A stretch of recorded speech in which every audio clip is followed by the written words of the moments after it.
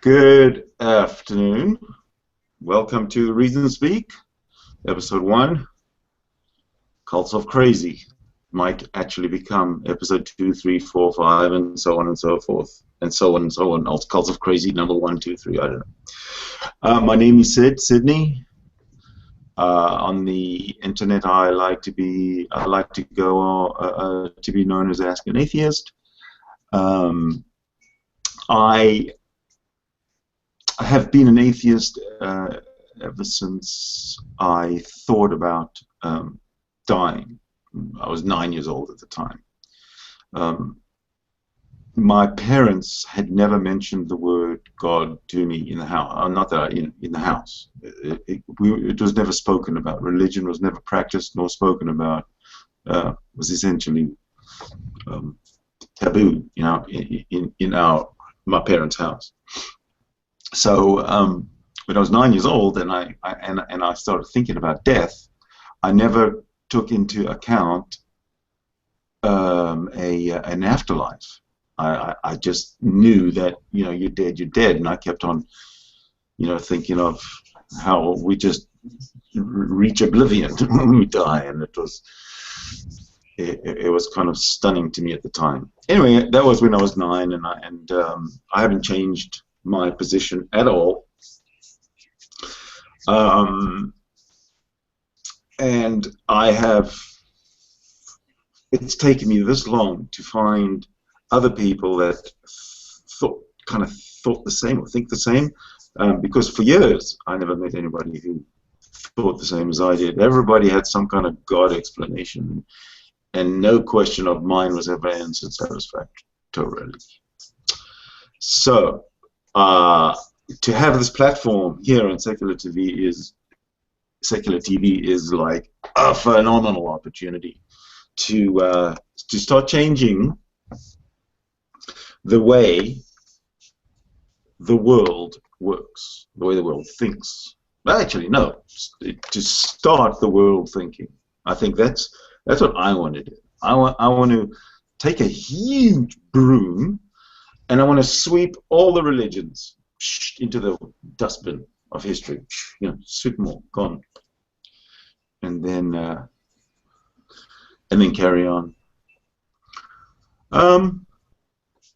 That, in a nutshell, is what I'd like to leave you with as an introduction. Damien? Okay, yeah, my name's Damien, obviously. I have no other names that I go on, just my own name. I'm similar to you in the sense that practically a lifelong atheist. The only difference is being it wasn't the thought of death that got me thinking about it. It was, I think off memory, I was a little kid and some friends went to Sunday school. I wanted to know what it was all about. So I went a couple of times and pretty much decided that it was all a crock of shit. And nothing has ever changed my mind ever since. So it wasn't the thought of death or any deep thinking or anything that got me like that. It was just going to Sunday school, listening to what they teach, I guess. So Yeah. And since between then and now, everything that I've ever investigated, researched, or whatever, it's just confirmed what I first initially thought. Absolutely. Absolutely. Now, we've been on Google Plus now for going on 3 years, I think. And we've spent many an hour, a month, a year, talking to our Google Plus community friends, many of which are theists. And theists do one thing. They preach the gospel. And it's getting tiring. Enough. Like you can hear the same thing over and over and over and over and over again until it's done. I've had enough. So I'm of the opinion that it's time to look at theism and take a hard look at theism and take it for what it is. And what is it? It's a bunch of man-made fiction, historical fiction for to some degree, but it's what it's based on anyway. It's fiction. The you know, the creator, God, uncreated creator. Exactly, and the way I like to look at it is, if you replace God with anything else, any other being, you would be clinically diagnosed as delusional. And to me, there's no difference. Well, the thing, yeah, exactly. But to be a little bit more sort of clinical, I just want to say that the concept of God is as impossible as the concept of nothing in realization.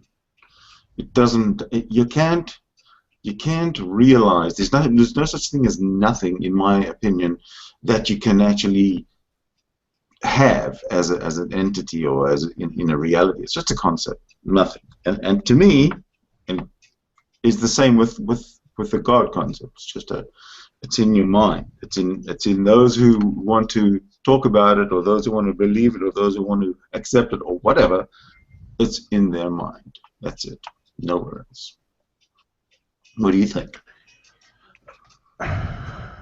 Yes, I will say though, the only God concept that has any plausibility, in my opinion, are the ones you get from a deist, not a theist. Why? Well, I'm talking about a creator that just created it and then walked away. There's no other qualities associated with it, no personal involvement, anything like that. But sorry, I'm just playing around. I'm still not saying that's plausible, because I don't think it is. I identify as a Gnostic atheist, but if a God was going to be presented as plausible, that would be the one type of God that I would say would be possible. The God of the Bible I have a problem with that. Can't exist. I have just as much a problem, Damien. I have just as much a problem of entertaining the plausibility of a deity as I do of anything else, whatever you want to call it. Yeah, so do because I. I was just saying that if one was to become plausible, that would be the type that would be. Like we could be the product of some kid's chemistry set experiment, in which in some far off for some far off land or dimension, his chemistry kit happens to have nuclear capabilities. He can make experiments with nuclear explosions, and he sets one off and starts the universe, but kills himself. Well, that would be more plausible, in my opinion, than... It's just as plausible, I know, it's ridiculous. No, I actually find that more plausible than... It's still the infinite regress, no matter which way you think about it. Well, exactly. And talking about infinite regress, I don't think there is one. I don't believe there is one. I believe there is an infinite existence, but not an infinite regress. Yeah, I'm not. Yeah, no, I've never subscribed to the thought of infinite regress, either. No, that's infinite how about existence? Yeah, existence is infinite because without existence you have nothing. Nothing is irrational. You understand? Yeah, I do. But I mean, nothing cannot exist because there's nothing to contain nothing in. You know what I mean? It's ridiculous.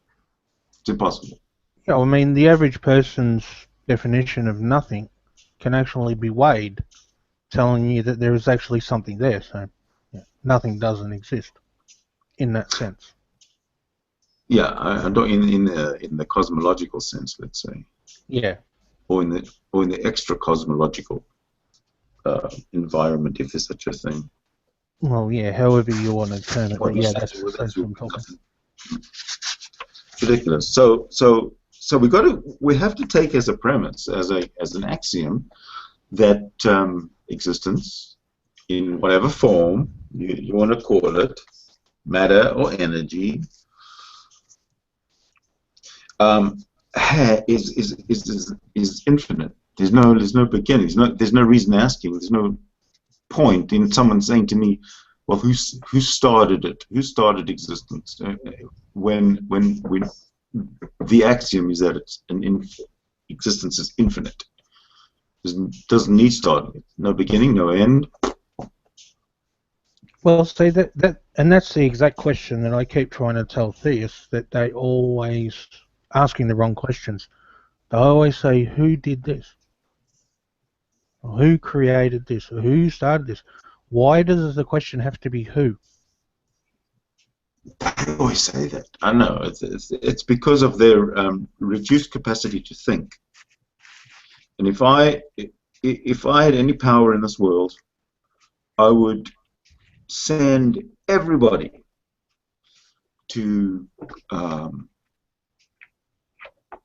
critical thinking school.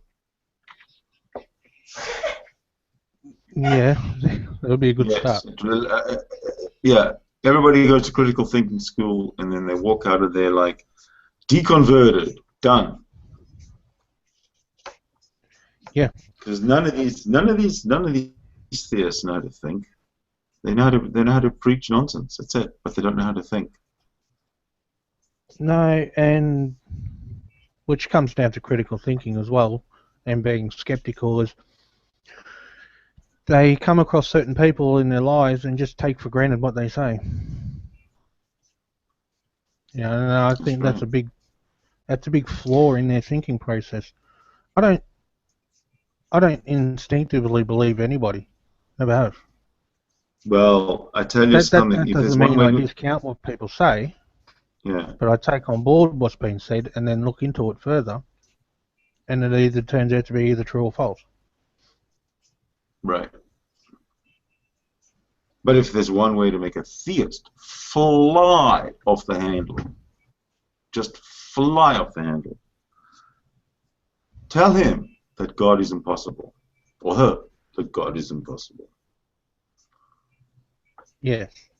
They have this incapacity to hypothesize a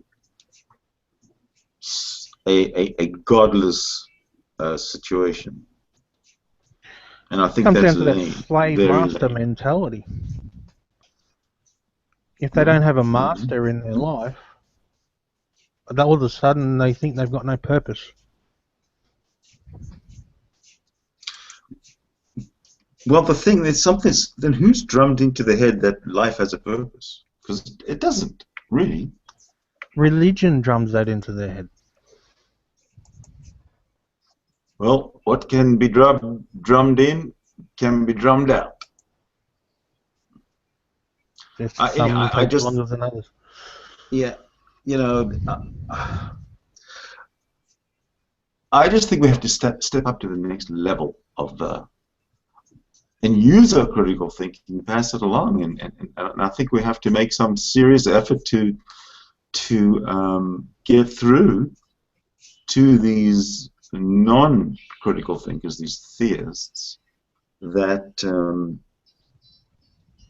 they really are barking up the wrong tree in terms of choice of lifestyle and choice of purpose. You know, if they're living their life in order to get a better deal in the afterlife, sort of thing, then I mean that's insane. It is insane. Yeah, it is. I think the biggest challenge to that is the only ones that you're ever going to get through to are the ones that are open to what you've got to say. None of them are, but there will be once they start hearing what we have to say. Some are, and some take longer than others. You just got to keep chipping away. Well, But yeah, but it's essentially down to, it's not the religion. I think I can understand how people can have comfort in their religion. I don't mind that. I'm all right with that. But one has to be mindful, if you're religious even, that your religion in no way creates or brings into existence the actual God that you think exists, that you're praying to, that you're living for, that you're glorifying, that you're whatever the hell you're doing for your God. I think people should just. I think society needs to acknowledge that, yeah, it's all tradition. There is no real creator. Existence is infinite. Makes sense logically. And let's stop killing each other over all this. My story is better than your story, kind of stuff. Yeah, I think we'll get there. Talking about killing. Do you think we'll get there? When? Just not sure when. By the end of the week? Some countries will get there faster than others. I'm now, like, for instance, I'm now questioning how quick Australia will get there. 2 years ago, I probably would have said maybe it was possible within my generation. Now I'm. When Julia was Prime Minister, you mean? Well, we did have an atheist Prime Minister. Not saying it's the only one we had, but the only one off memory that was open about it. Okay. No one seemed to really care. And we were generally regarded as a very secular country. One of the more secular countries in the world.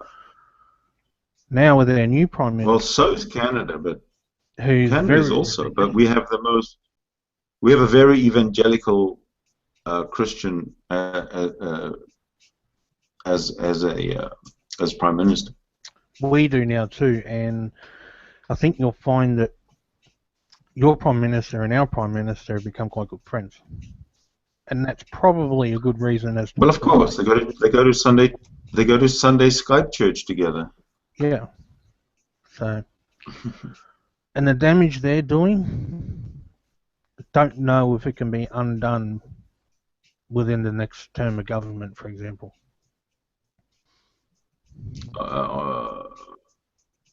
In Australia or in in Australia. People are in Australia, Australia's not too far for the suicide bomb exploding zealot Islamist, let's say, to kill innocent people. Oh no, the most populated Muslim country in the world is right on our doorstep. When those two people died, when those two people died in Sydney, I lost a lot of hope for our future if we don't make this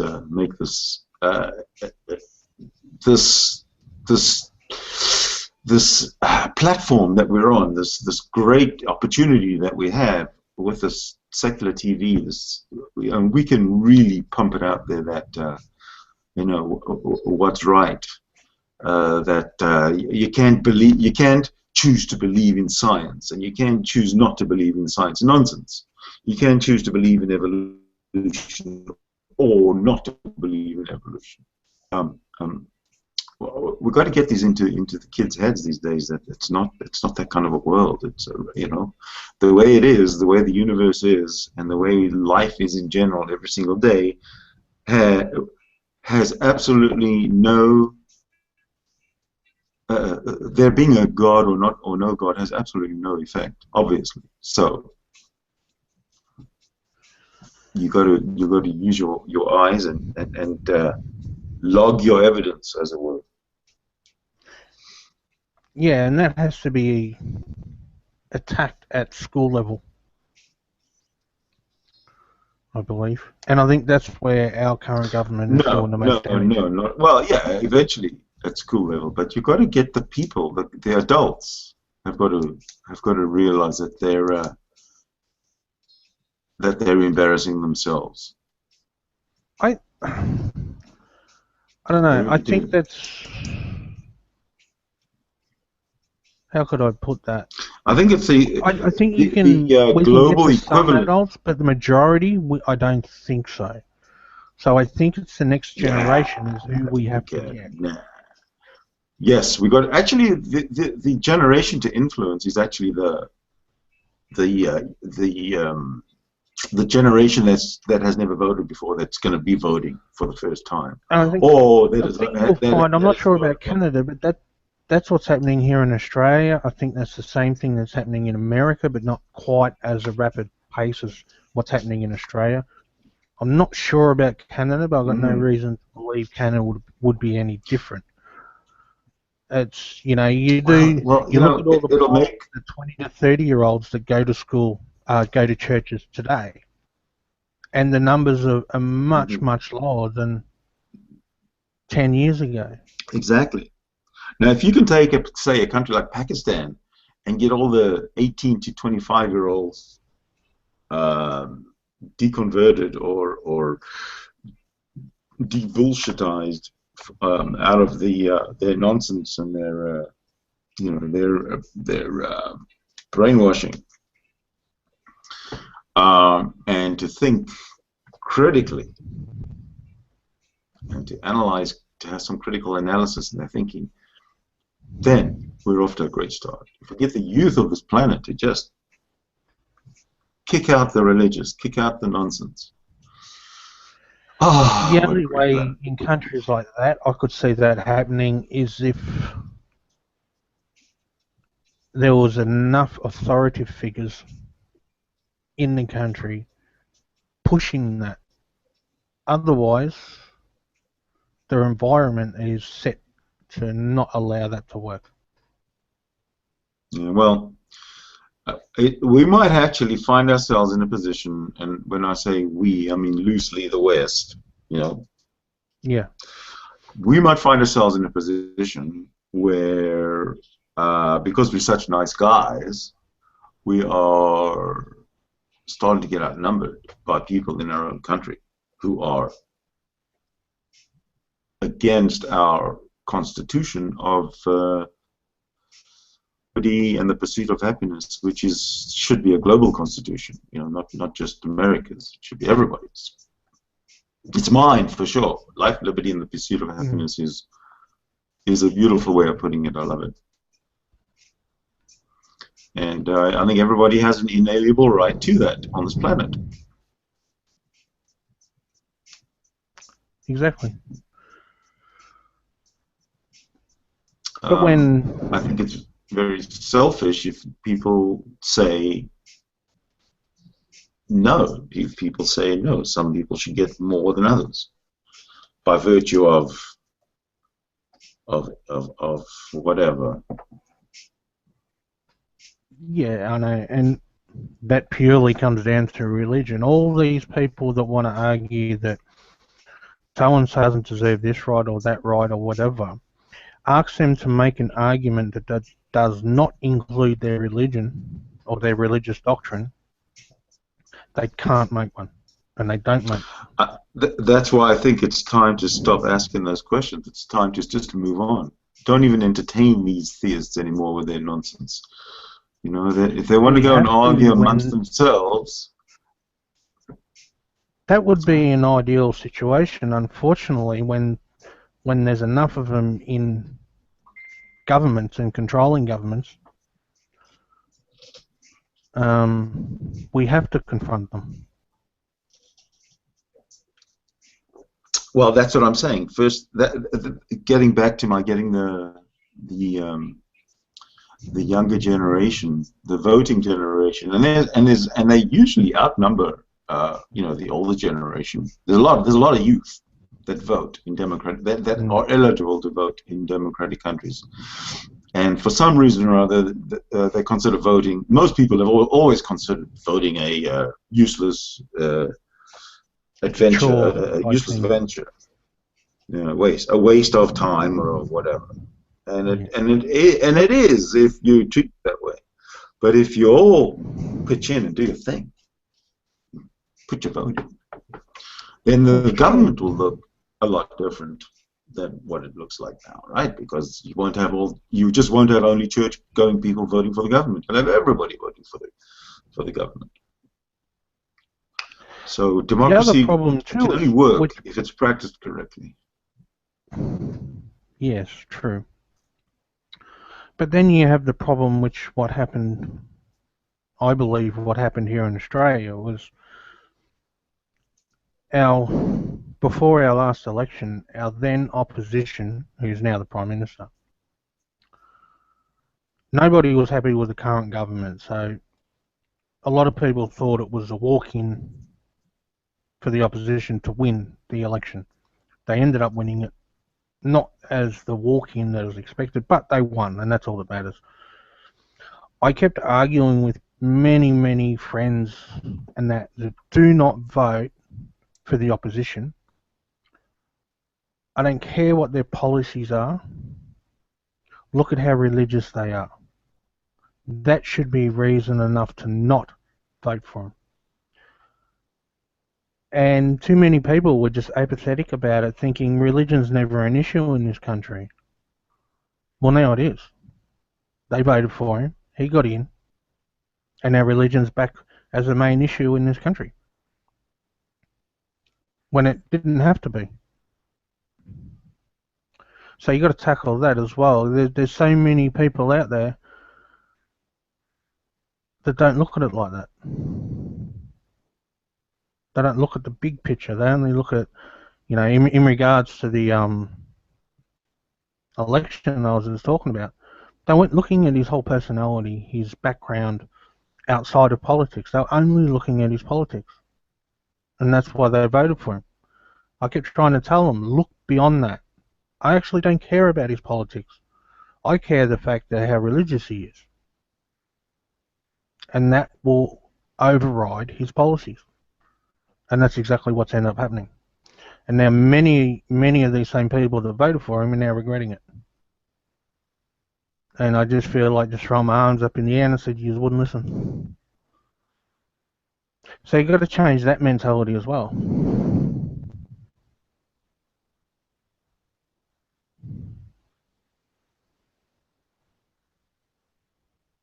Oops, I was muted, sorry. I sent out some invitations to see if anybody would like to come in and join us. I am not open to anyone joining us to preach the word of any God. So if that's your intention, just stay away. If you are thinking of finding out more about the atheist, why atheism is the only alternative and the only option, by all means join. Now, yeah, I think it'd be a good way to say that anyone's free to join, ask any questions they want, but we're not interested in preaching. That's right. So what I'm going to do is I'm going to go to our event page, I think, and I'm just going to post the what I think is the link there. And oh, it's open. Oh no, not necessarily.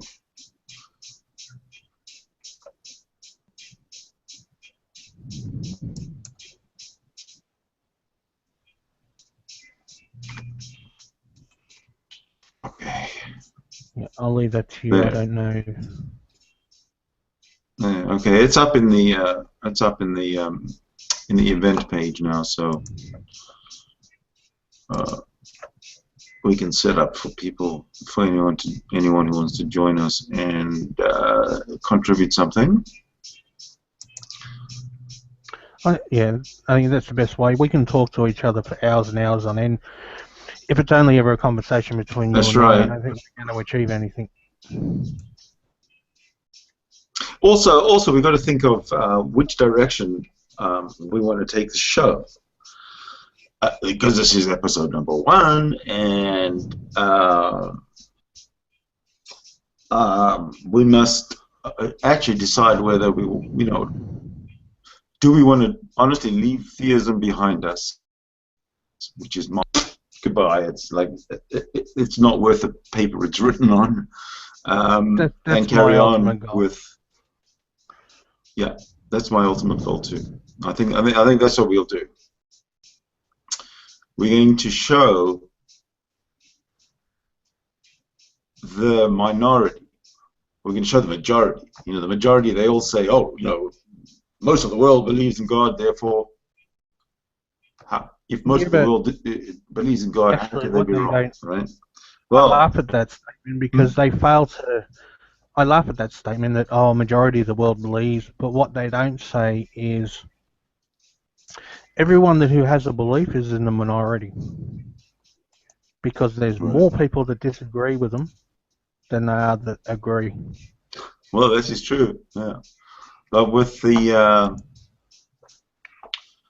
introduction of critical thinking to everybody's life who is touched by us, we just might break through. I honestly believe we will. I'm 100% sure we will. It's just a matter of chipping away. Yeah. I mean, us atheists or non-religious people, every chance of being the actual majority in the next 5 years or so, going on our last couple of censuses that have been done. Yeah. We're in the high 30-something% at the moment. In Australia? A massive increase. Yeah. I don't know, man. I've never met a religious Australian, ever. I've seen them on your TV and debating atheist stuff on TV, but I've never personally met a religious Australian ever. No, I mean, they're still in the majority, but they're not as, generally speaking, they're not as evangelical as, say, American religious people. I have a cousin. I have some cousins who are religious, and they moved to Australia, so I suppose that counts, but not the same thing. I mean, we still got churches everywhere. You can't go to a town, not even a small country town, without at least 1 or 2 churches. No, I know, that's crazy. Everywhere the United Kingdom stepped foot, all of a sudden churches flourished like mushrooms in those countries. Crazy. It is. But, we're getting there. Look at where we were 10 years ago, 15 years ago. 5 years ago. Oh, hell. Yeah. 4 years ago. I think that's the one shining light that we can put all the extremism on, is it's highlighting to all the people that were fence-sitting or just not, maybe call them moderates, just how extreme I read this, can get. Talking about extremism, I read this article earlier today. I'm taking it as being true. At this point, it's very plausible. So I'm going to just tell you the story after having only seen it in one source. But it's about the an executioner for the Islamic State, one of the guys who chops other people's head off. He was kidnapped. I guess he was taken or kidnapped or something by someone. But before I carry on, the Islamic State has rules, and if you know, like you're not allowed to smoke, and you're not allowed to drink alcohol, and you're not allowed. There's a whole bunch of rules. And with regard to you're not allowed to smoke cigarettes, what this executioner, how they found the executioner is he had been beheaded. He's an executioner himself. He had been beheaded, and he'd had a cigarette stuffed into his head, into his mouth, which was put on top of his body as some kind of a signal that, you know, you've gone too far. Islamic State has got everybody's its enemy. I think the next war is going to have to concentrate around that area to get rid of those guys, and you know, the Taliban. They're probably all going to be gotten rid of in one big operation, I hope. But I ramble on about my dreams. But a war like that will never win if your normal everyday politicians are calling the shots. I don't believe. We need hardened military guys calling the shots. Otherwise, we won't win. We'll just continue like this forever and a day. No, that's not going to work either, because if the politicians don't want to win, which is what's going on now, they're not going to let the military win. I mean, the military knows how to win a war, I'm sure. But if the politicians don't allow them to do what they've got to do to win the war, it's not going to be won. No, that's the difference. The politicians aren't prepared to do what needs to be done to win. They're too busy playing politics. I'll give an example. During the summertime, there was the war between Israel and Gaza. Yeah. Okay, remember? Yep. Now, the Prime Minister of Israel stated, rightly so, that one of the conditions for the cessation of hostilities is to be that Gaza be demilitarized. Okay? The demilitarization of Gaza would go streets to solve the problem of the rockets being lobbed from Gaza into Israel. So that was a great idea and a great option, and it never happened. So now Gaza, not being demilitarized, it is in exactly the same position that she was in prior to being bombarded to bits. For what they're going to be doing, it's just going to continue. Anyway, the Prime Minister of Israel made a political decision not to demilitarize Gaza, when the army was right there and could have gone in and done it. They were right there, all poised, but no, the political decision was made to not do it, and now we're back to square one. See, exactly. It was a political decision to make. You got to take the political decisions out of these wars to win them.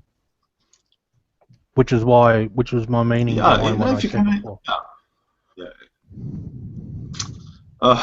It's exasperating to see countries lose wars when, especially the United States. I mean, it just loses war after war after war after war. Disheartening, you know. They got the best equipment, and they got. I don't know if I'll say they lose war after war after war, but they're not winning.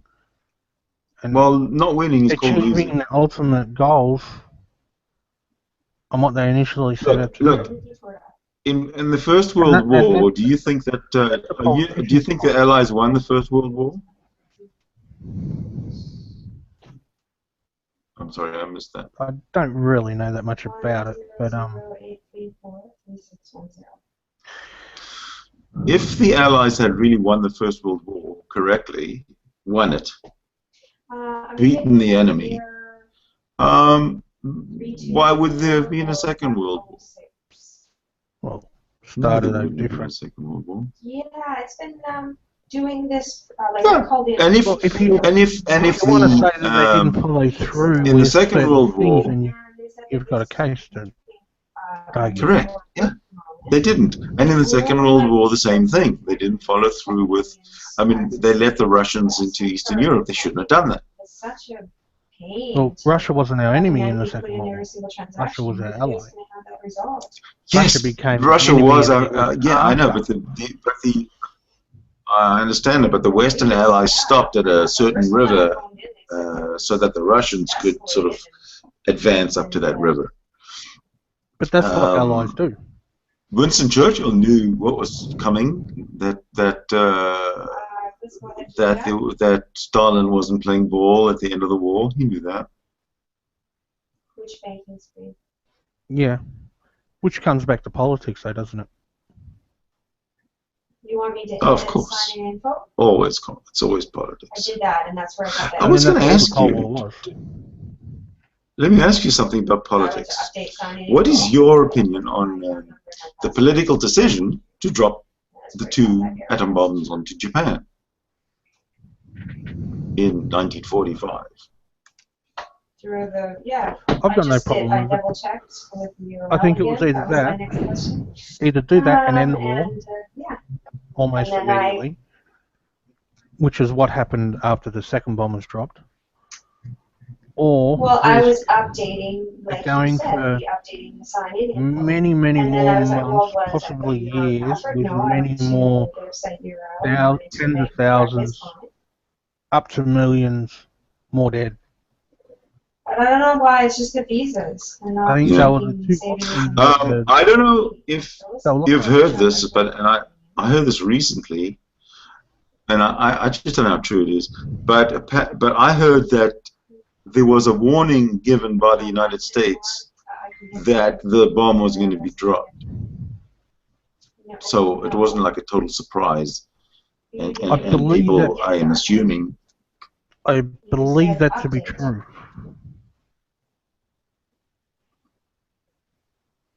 Can't say for a fact it is, but I've heard that many times as well. That they were warned, Japan didn't need the warning, so they dropped it. I don't really have an issue with that. Would probably go to say I'd rather it didn't happen. But sometimes when you're looking at these possibilities, it's like choosing the lesser of two evils, I guess. Yeah. I want to switch gears a little bit here. Okay. I had occasion to read 1, 2, 3, 4 books. Okay, 4 books of fiction. One was called the Old Testament. One is called the New Testament. One is called the Quran, and another one here is called the Book of Mormon. Okay. Now they're all stories written for, I'm assuming, entertainment back in the Bronze Age. You know, sitting around the fire talking crap.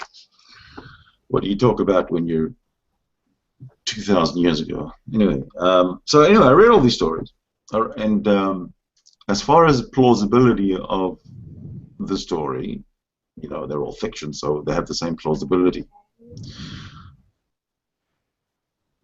But I have an idea. I think that the one that's called the Book of Mormon makes the most sense to me in terms of promoting, because it's US made. How can they not have promoted Mormonism since, since 100 and whatever years ago, as a U.S.-made religion. I don't get it. But it is. It is a U.S.-made religion. I know. Why don't they want to further their own religion? Still circling. Oh, there we go. Okay, so now I don't know. I can't. Crazy Steve. Other than having the odd Mormons knocking on my door, I don't really know that much about Mormonism. Oh, I it was usually both. upset the Mormons when I ask them about their magic underwear. They don't want to talk about that and they leave. Yeah, I know. I'm talking about, I don't know if you can see it, but the actual book, the story, it's really out there. I haven't read that one. But then, no more out there than any of the other ones. I just, see, the fact that there's so many religions just drives home the point that, that there's no reason for it. Yeah. But I'm guessing that's not as violent and barbaric as the Old Testament, especially in the Quran. No, it doesn't say kill anyone. No, you can kill anybody. Where does it say kill the Jews in the Book of Mormon? Where does it say kill the infidel in the Book of Mormon? Come on. Exactly, it doesn't. No such thing. No. Of course not. So why not promote that as like the big religion to be followed because it's so benign? Probably because it's too I would recent. never understand it. It's too recent. Most people nearly everyone that isn't a Mormon knows that it was started by a fraud. I know, but they're all frauds. I mean, look, if they existed at all, they're frauds. Let's face it. I mean, at least there's evidence of Mrs. Smith existing.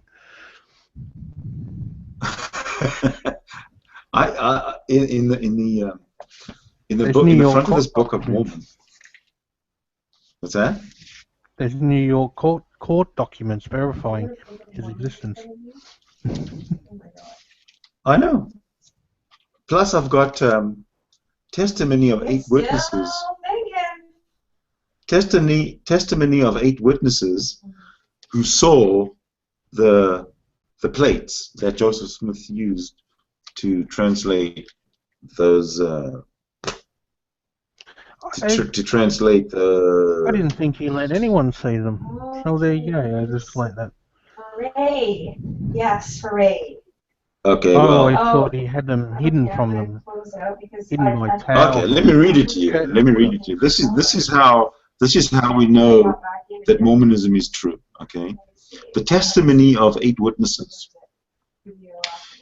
Be it known unto all nations, kindreds, tongues, and people unto whom this work shall come, that Joseph Smith, Jr., the translator of this work, has shown unto us the plates of which hath been spoken, which have the appearance of gold, and as many of the leaves as the said Smith has translated, we did handle with our hands, and we also saw the engravings thereon, all of which has the appearance of ancient work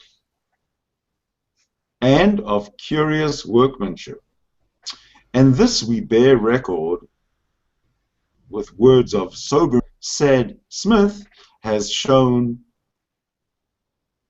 the said Smith has got the plates of which we have spoken unto the world, to witness unto the world that which we have seen. And we lie not, God bearing witness of it. Now, guess who signed these, who these 8 people are? Okay, you got Joseph Smith is the dude who started the whole Mormonism thing, okay?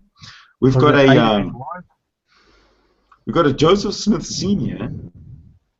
who signed this, and I'm guessing that's his daddy. We've got a Samuel H. Smith, actually. Now, I don't know if he's any relation. We've got a Hiram Smith. Again, no indication that there's any relation. And then we have Probably are they?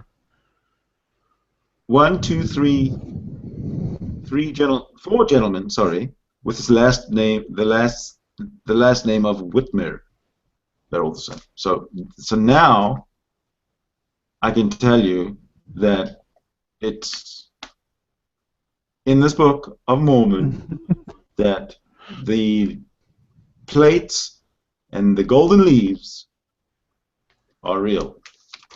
I'd probably take from that, without looking into the names, that the only witnesses were family members of some sort. I mean, including like, hold on, there's another one. Like in-laws or something 8. Like that. Yeah, there's another one with 3. Yeah, it doesn't matter that they're in-laws. You can trust your in-laws. In-laws to continue with your con, of course. Exactly. Let's see this. Okay, there's a much longer one. Yeah. Oh my goodness, I'm going to read it because it really starts to get into the. You know, I saw the plates and I saw the leaves, and then it goes into the Nephi, the Lamanites, the God, Jesus, the Christ, and then there's the Holy Ghost, and it just goes nuts. But that's a testimony of 3 witnesses, which, if you like, I can read, but I really don't want to read it until I'm requested to. No, it's all right. You don't have to. We have a guest, Death. Hello, Death. I'm going to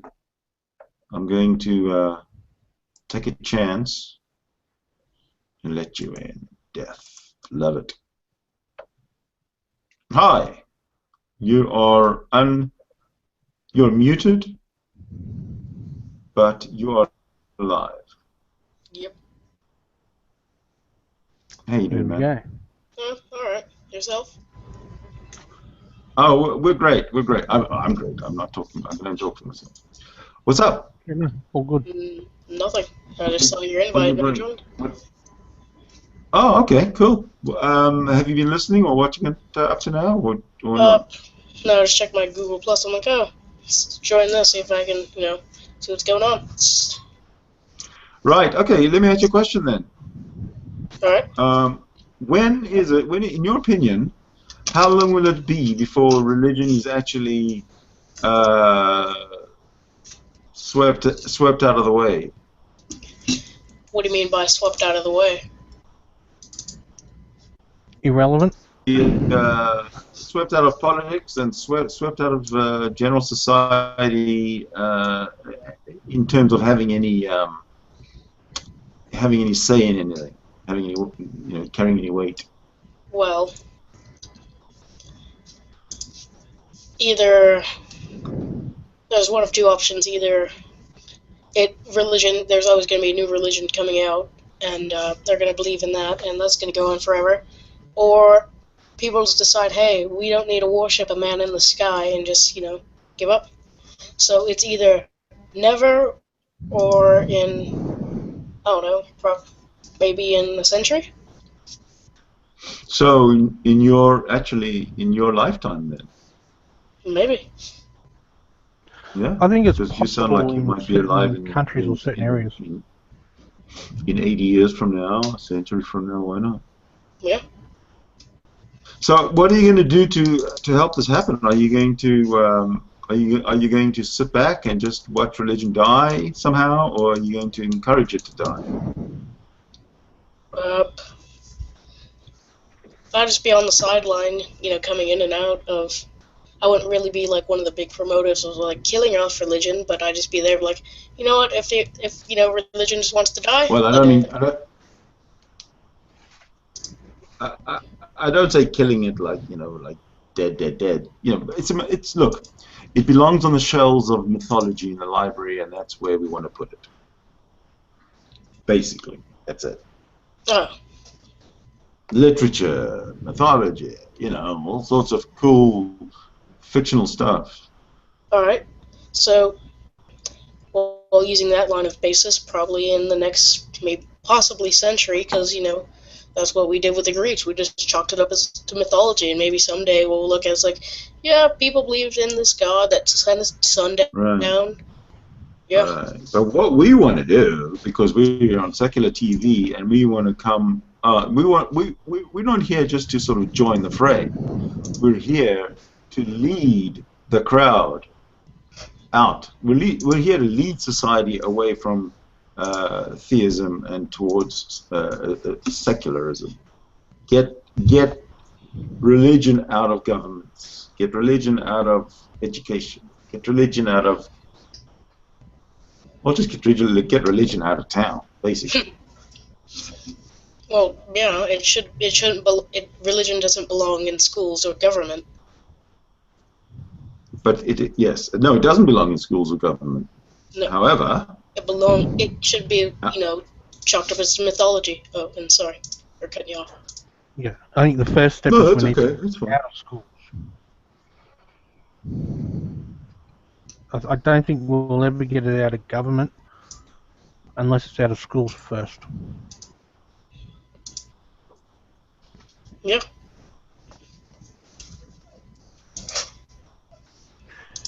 And we've got to stop. But you think it's keeping you the door both open. think you both think it's coming to an end though, don't you? Yes and Yeah. no. I've got a feeling it'll get worse before it gets Well- better, though. Well, And part like I of me say, thinks that we're starting to see it getting worse now, which is If we definitely have- true in some parts of the world. if we have any say, if we have our way, we will,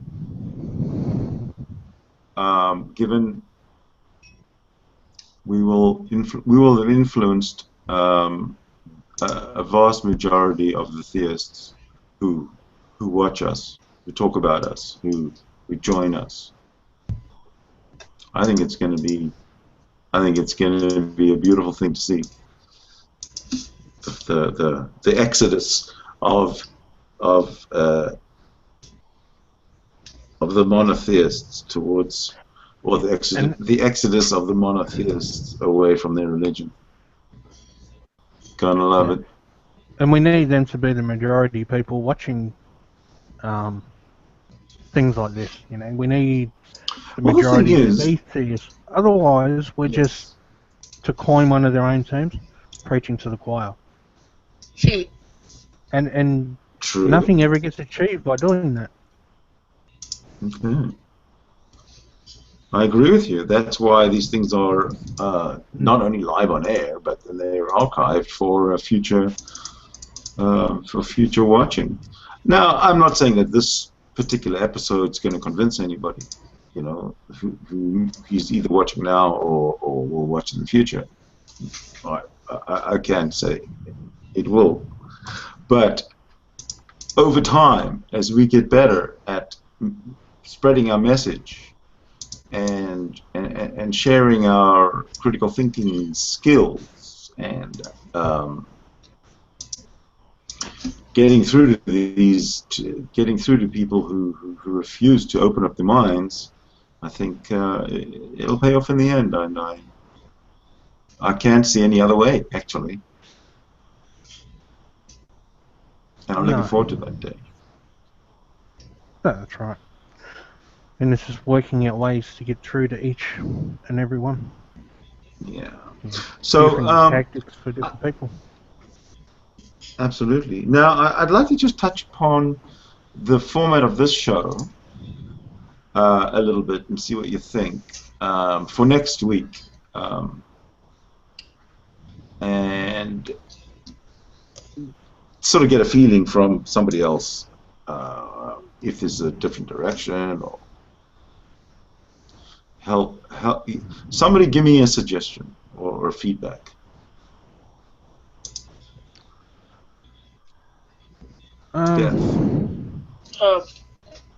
Sorry. Suggestion for what? For how to either improve this particular show, how this is episode 1, so next week it will be the new improved version. So I'd like to hear what it is that you guys would like to listen to or be involved in. I think we've got to have specific topics, and then we can advertise that coming up next week. Yeah. These are Get an the idea topics from our guest here. Yeah. If I don't he's know. got anything. Go ahead. What do you got in your mind? I was Anything? gonna say, specific topics that interest people or that, are, I guess, are topical. Like things happening in the news, like let's say somehow Yeah. Australia becomes an atheist state, you talk about that. Right. You know, Yeah. there's another thing. I was thinking of, and it's kind of a downer, but I was thinking of doing a segment, 5 minutes, 10 minutes, I don't know what, on religious crimes. You know, all crimes in the name of religion that we could pick up in a particular week. You know, from this week to last week. You know, these are the crimes, the religious crimes that have happened, and you know, maybe we could just tally them up somehow, or read a couple of them out from the newspapers, just to sort of give people an idea of how barbarous their co-religionists are. Yeah, very good idea. There'll be no shortage of subject material there. Yeah. No, absolutely not. Absolutely not. And like I say, again, I'm going to repeat it for the umpteenth time. The objective is to spread secularism and to replace theism with secularism in every country and in every village and in every city. Yep. That's my dream. Yeah, that would be lovely. That would be lovely if you could just do that for me, please. Thank you very much. Yeah. Alright. I'll be back in about an hour. I'll have it achieved when I return. Well, well, we've been on the air for I don't know how long we've been on the air, but I'm sure it's approaching an hour right now. Yeah, I think it is. About an hour. And I'd like to bring this particular episode to a close. Death, thanks for joining us. You're the only brave one that has managed to get through the screening. Do you have anything to say to us before we shut down? Yeah. Thanks for having me on, and try to include me in anything you can. Okay, just circle us, circle the channel, and you'll get all the notifications. All right then. Thanks. All right, Damien. Thank you. Thank you much. Oh, I'm good. Thank you so much for joining me and for coasting with me. Anything you want to leave us with? No, I think we can just continue on next week. Have some more specific topics to talk about. Well, I'd like to right now bring a suggestion up. A topic that is kind of I take it very seriously, and that is the issue of equality, the issue of abuse against women. You know, that is kind of institutionalized and you know, accepted in civilized societies. The individual's inalienable right to life, liberty, and pursuit of happiness extends to everybody, not just guys, not just white American guys or whatever. It extends to everybody, women, kids, and everywhere. And yeah, and I'd like to see that. Yeah, that would be a not only a topic, but a goal that we could set. Yeah, it can be one. Yeah, The set the first bar topic real for high. the discussion next week. Next week, fantastic. So again, thank you for those who took the time to watch us live, And those who watch us from the archive, you're welcome to please leave comments, and we will be checking them. So for Damien in Australia, I'm Sydney in Canada. Thank you for watching, and see you next week.